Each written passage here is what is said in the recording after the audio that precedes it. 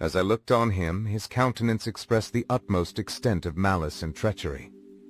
I thought with a sensation of madness on my promise of creating another like to him, and trembling with passion, tore to pieces the thing on which I was engaged. The wretch saw me destroy the creature on whose future existence he depended for happiness, and with a howl of devilish despair and revenge withdrew.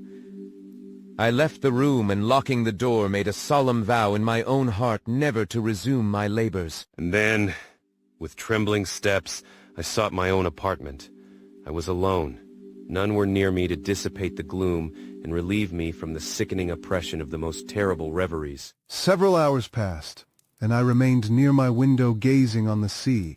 It was almost motionless, for the winds were hushed, and all nature reposed under the eye of the quiet moon. A few fishing vessels alone specked the water, and now and then the gentle breeze wafted the sound of voices as the fishermen called to one another. I felt the silence, although I was hardly conscious of its extreme profundity, until my ear was suddenly arrested by the paddling of oars near the shore, and a person landed close to my house. In a few minutes after, I heard the creaking of my door, as if someone endeavored to open it softly.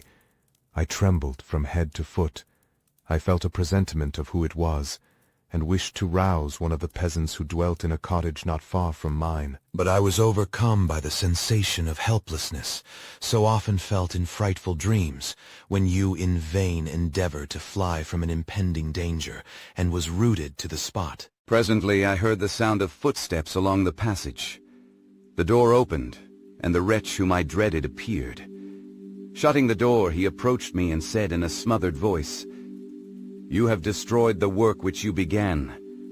What is it that you intend?" Do you dare to break your promise? I have endured toil and misery. I left Switzerland with you. I crept along the shores of the Rhine, among its willow islands and over the summits of its hills.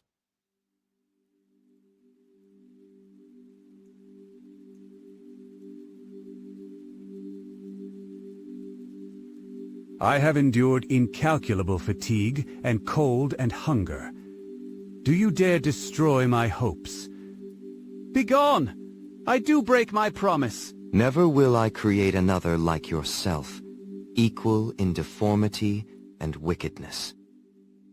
Slave, I before reasoned with you, but you have proved yourself unworthy of my condescension. Remember that I have power. You believe yourself miserable, but I can make you so wretched that the light of day will be hateful to you. You are my creator, but I am your master. Obey.